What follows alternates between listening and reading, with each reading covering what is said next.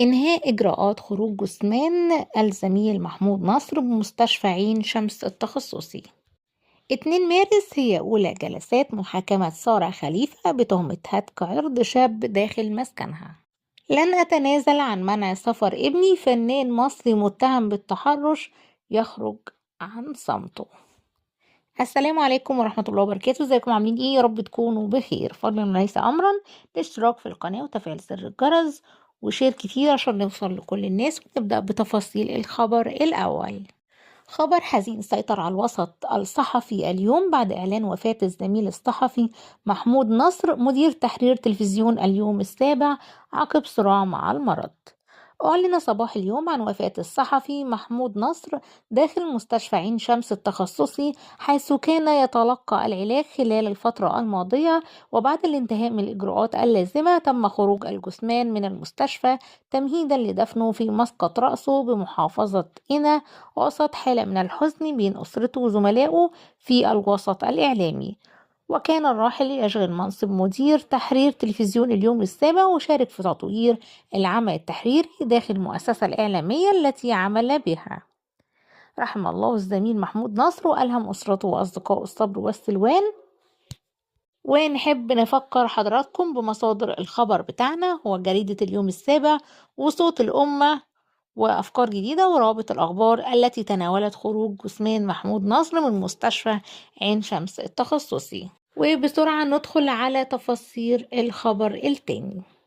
حددت محكمة الاستئناف يوم 2 مارس المقبل موعدا لانعقاد أولى جلسات محاكمة سارة خليفة، وده في اتهامها بهتك عرض شاب وتصويره داخل مسكنها الخاص، وفقا لما أعلنته مصادر قضائية لجريدة اليوم السابع. وبحسب التحقيقات فإن القضية تعود لبلاغ يفيد بتعرض شاب للاعتداء داخل شقة المتهمة، حيث تم تصوير الواقع، وهو ما دفع جهات التحقيق إلى إحالة القضية للمحاكمة الجنائية. وتأتي هذه القضية بالتزامن مع استمرار محاكمة سارة خليفة في قضية أخرى معروفة إعلاميا بقضية المخدرات الكبرى، والمتهمة فيها مع آخرين بتكوين تشكيل عصابي لجلب وتصنيع المواد المخدرة والإتجار بها. ومن المقرر أن تنظر المحكمة تفاصيل التهمات والأدلة المقدمة خلال جلسة المحاكمة الأولى في شهر مارس المقبل. القضية ما زالت أمام القضاء، ومن المنتظر أن تكشف جلسات المحاكمة المقبلة مزيدا من التفاصيل حول الواقع. وبسرعة ندخل على تفاصيل الخبر الثالث. في أول رد له بعد الجدل الواسع خرج الفنان المصري محمود حجازي عن صمته ليرد على الاتهامات الموجهة إليه خلال الفترة الأخيرة.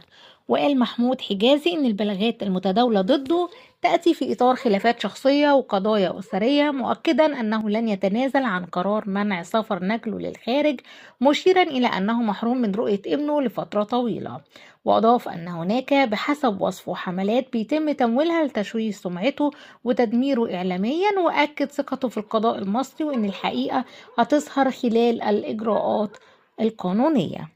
وتأتي هذه التصريحات بالتزامن مع اتهام الفنان في قضية تحرش بفتاة داخل أحد الفنادق بالقاهرة، حيث ألقت الأجهزة الأمنية القبض عليه، وبدأت جهات التحقيق جمع الأدلة وتفريغ كاميرات المراقبة لكشف ملابسات الواقعة. وكمان قررت جهات التحقيق لاحقا إخلاء سبيله بكفالة مالية قدرها 50,000 جنيه على ذمة القضية مع استمرار التحقيقات. وفي سياق آخر تشير التقارير إلى وجود نزاع قضائي أسري بيتعلق بسفر نجله للخارج وحضانته، وده اللي اعتبره الفنان السبب الحقيقي وراء الأزمة الحالية.